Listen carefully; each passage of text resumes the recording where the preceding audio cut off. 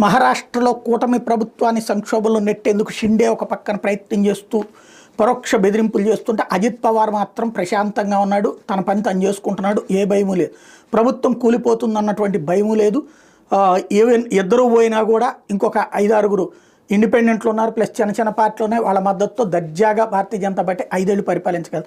అక్కడ ప్రజలు భారతీయ జనతా పార్టీ నేతృత్వం కూటమికి ఇచ్చారు, కానీ షిండేని చూసేయలేదు, లేకపోతే కనుక అజిత్ పవార్ని చూసేయలేదు. వీళ్ళ వలన వాళ్ళకి బెనిఫిట్ అయినటువంటి సందర్భం.